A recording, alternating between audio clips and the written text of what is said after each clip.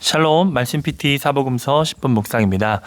오늘은 누가복음 16장 말씀을 통해서 그리스도인에게 물질이란 어떤 것인지 하나님의 말씀을 통해 지혜를 얻기를 원합니다.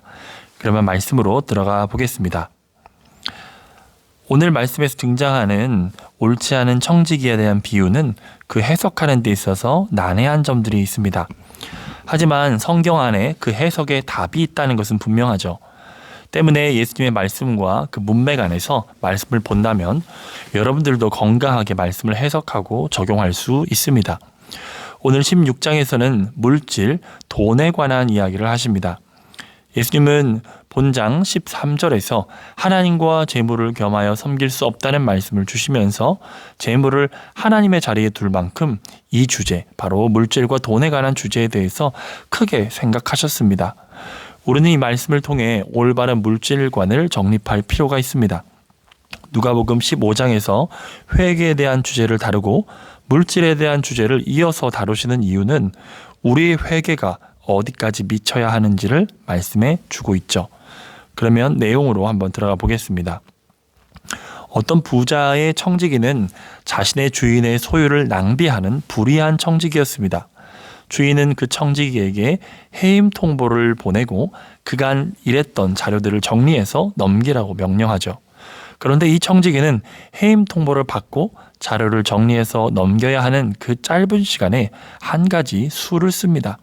그것은 주인에게 빚진 자를 일일이 불러서 빚진 값의 일부를 제하여 서류를 꾸미는 것이었죠. 이렇게 하여 자신이 해임된 후에 자신에게 은혜를 입은 자들에게 호의를 받기를 원했던 것입니다. 주인은 이 옳지 않은 청지기의 행동이 지혜 있다고 칭찬하죠. 우리는 여기서 질문이 듭니다. 왜 주인은 자신의 소유를 불이하게 탕감해주는 이 청지기를 지혜롭다고 칭찬했을까요? 이 비유의 교훈은 무엇일까요? 청지기의 행동은 분명 불의한 것이었습니다. 하지만 성경의 전체적인 교훈으로 볼 때 어떤 수단과 방법을 동원해서라도 이익을 챙겨라, 그것이 불법적인 것이든 이라는 결론은 아닐 것이라는 것을 짐작할 수가 있죠. 왜냐하면 하나님은 공의와 정직의 하나님이시기 때문입니다. 그렇다면 이 난해한 비유를 어떻게 받아들여야 할까요? 이 비유에서 주목해야 할 단어는 지혜라고 생각합니다. 이 청지기는 자신이 앞으로 먹고 살 일을 걱정해서 지혜를 발휘하죠. 그 지혜는 굉장히 탁월한 것이었습니다. 그는 이미 해임 통보를 받았고 그가 할 수 있는 것은 아무것도 없어 보였습니다. 그러나 채무자들과 계약서를 새롭게 써서 빚을 탕감해 주므로 그 이득을 채무자들이 갖게 하였죠. 당시 사회는 상호성의 원리를 통해 작동되었기 때문에 은혜를 입으면 은혜를 갚아야 했습니다. 그러므로 해임 통보를 이미 받았던 청지기가 호의를 베풀어 줌으로써 사실상 자신이 이득을 받게 된 것이죠. 그것은 그가 해임 후 무엇을 먹고 살아야 하는지에 대한 지혜로운 판단이었습니다. 8절 하반절에는 이렇게 말씀하시죠. 이 세대의 아들들이 자기 시대에 있어서는 빛의 아들들보다 더 지혜로움이니라. 가끔씩 보면 교회 다니지 않는 사람들은 왜 이렇게 돈을 잘 버는가 하는 질문이 들 때가 있습니다. 돈을 잘 버는 이들은 돈이 보인다라고 하는 이야기도 듣게 되는데요. 이 땅의 재물을 취함에 있어서 이 세대의 아들들은 빛의 아들들보다 더 지혜로워 보입니다. 그렇다면 빛의 아들들인 우리는 어떠해야 합니까?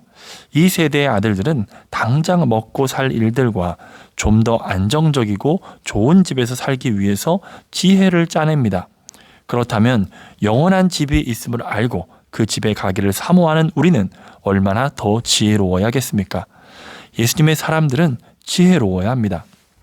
그렇다면 오늘 본문을 통해서 빛의 아들들이 가져야 할 지혜가 무엇인지를 살펴보겠습니다.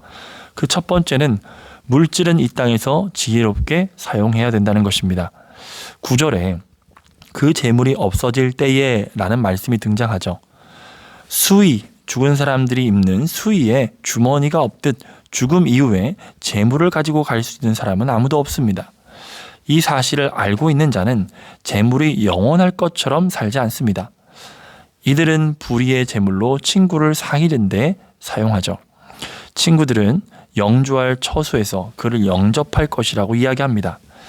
이러한 이미지는 16장 후반부에 부자와 나사로의 이야기에서 재현이 됩니다. 한 부자는 자신의 유익과 만족을 위해서만 재물을 쌓았고 자신의 문 앞에 있는 거지 나사로를 돌보지 않았습니다. 이후 영주할 처소에 갔을 때 나사로는 부자를 만날 수 없게 되었죠. 예수님께서는 이 말씀의 교훈을 이미 누가복음 6장 32절부터 36절에서 제시하고 있습니다. 너희가 만일 너희를 사랑하는 자만을 사랑하면 칭찬받을 것이 무엇이냐? 죄인들도 사랑하는 자는 사랑하느니라. 너희가 만일 선대하는 자만을 선대하면 칭찬받을 것이 무엇이냐? 죄인들도 이렇게 하느니라.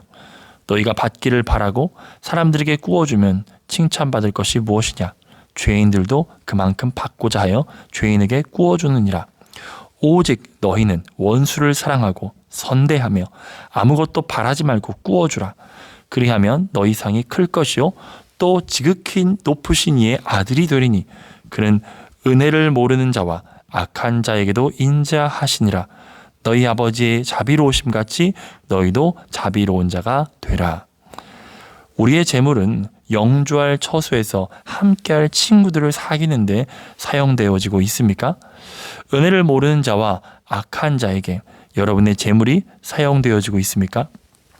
영원하지 않은 이 땅에서 더 잘 먹고 살기 위해 쓰여지는 재물이기보다 영원한 하늘나라를 위해 쓰여지는 재물이 되기를 기도합시다.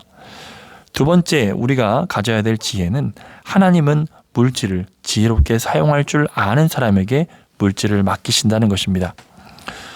오늘 본장 10절에서 12절 말씀은 이렇게 증거하고 있죠. 지극히 작은 것에 충성된 자는 큰 것에서 충성되고 지극히 작은 것에 불의한 자는 큰 것에도 불의하니라. 너희가 만일 불의한 재물에도 충성하지 아니하면 누가 참된 것으로 너에게 맡기겠느냐? 너희가 만일 남의 것에 충성하지 아니하면 누가 너희의 것을 너희에게 주겠느냐? 지극히 작은 것과 큰 것을 대조하고 있어서 불의한 재물과 참된 것을 대조하고 있다는 것을 비교해서 볼 수 있습니다. 즉, 지극히 작은 것은 불의한 재물로 큰 것은 참된 것으로 해석될 수가 있죠. 10절과 11절을 해석하면 이 땅의 돈을 지혜롭게 잘 관리할 줄 아는 사람은 더 가치 있고 영적인 부를 맡게 될 것이다 라는 것입니다. 하지만 돈을 제대로 관리하지 못하면 돈은 제대로 공급되지 않을 것이라는 것을 말씀하고 있죠. 우리는 청지기의 의식을 가지고 아버지의 뜻에 맞게 돈을 사용할 줄 알아야 합니다.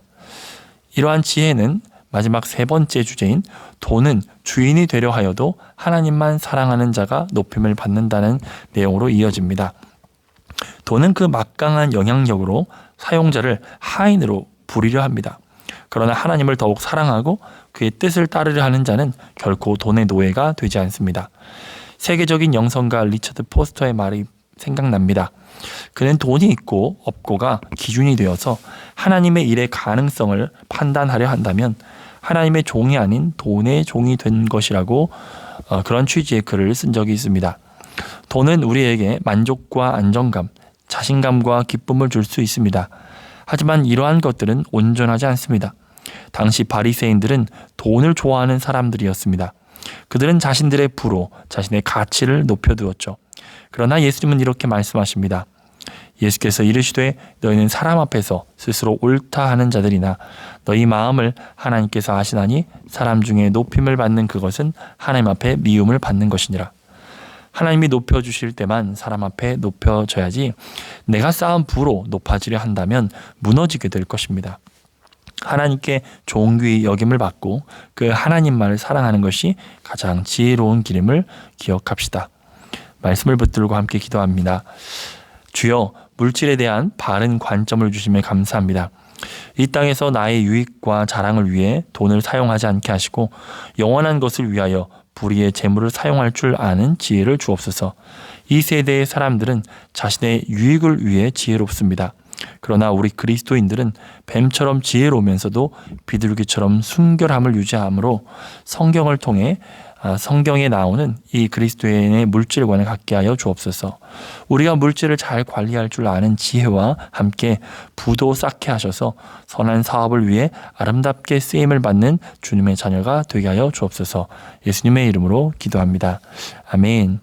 물질을 정복하고 다스리면서 이 땅에서 주님께서 원하시는 선한 사업을 위하여 귀하게 쓰임받는 여러분 되기를 축복합니다. 감사합니다. 사랑합니다.